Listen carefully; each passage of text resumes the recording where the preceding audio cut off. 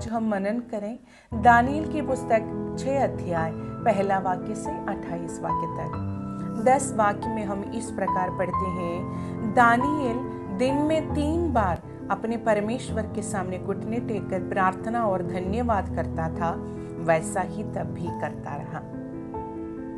सिंहों की मांद में दानियल की कहानी में रोमांच है।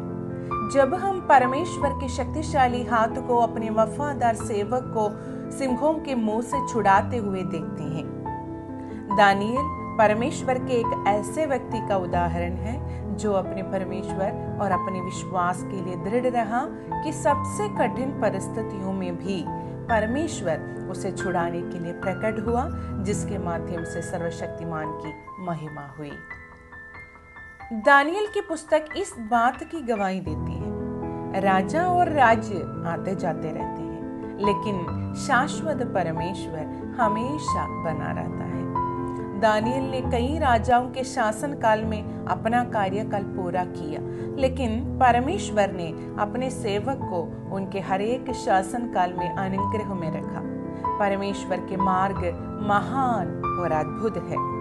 जैसे जैसे कहानी आगे बढ़ती है, हमें कुछ महत्वपूर्ण बातें सीखने को मिलती है। दानियल पर परमेश्वर की कृपा थी, जिसके कारण उसे राजा की कृपा प्राप्त हुई। अब दानियल ने अपने असाधारण गुणों के कारण प्रशासकों के बीच खुद को इतना प्रतिष्ठित कर लिया कि राजा ने उसे पूरे राज्य का अधिकारी बनाने की योजना बनाई।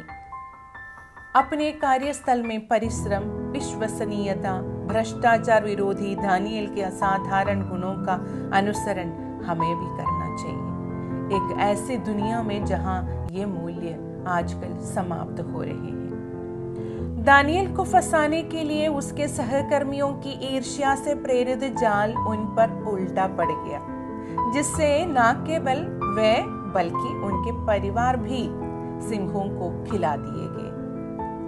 ये सीख हमें मिलता है, यदि आप दूसरों के लिए जाल बिछाते हैं तो आप स्वयं उसमें फंस जाएंगे। यदि आप दूसरों पर पत्थर लुढ़काते हैं तो वह आपको कुचल देगा।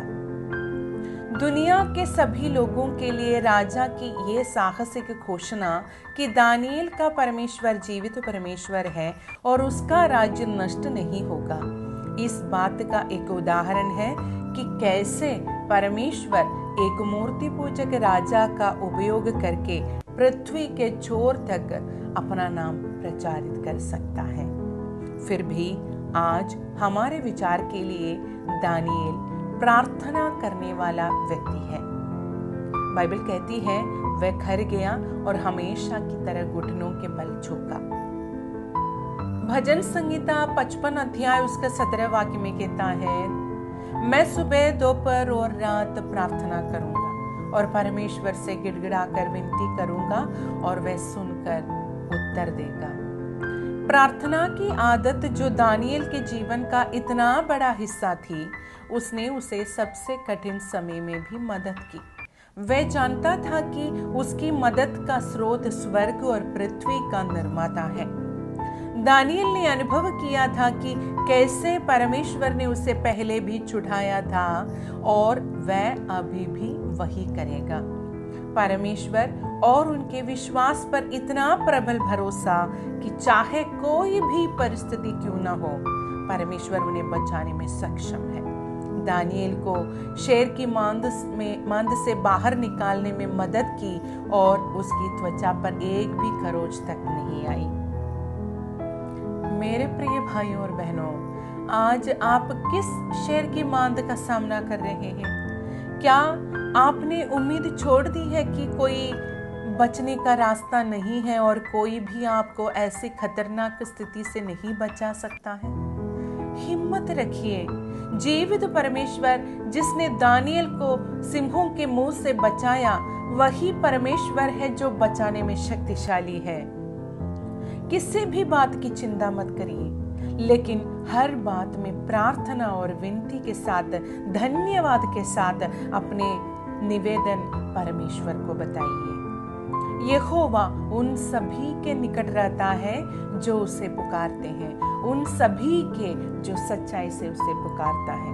भजन संहिता 145 अध्याय 18 वाक्य में कहते हैं, मेरे प्रियो याद रखें, ऐसी कोई स्थिति नहीं है जो प्रभु के लिए बहुत कठिन हो जिससे वह आपको बचा सके।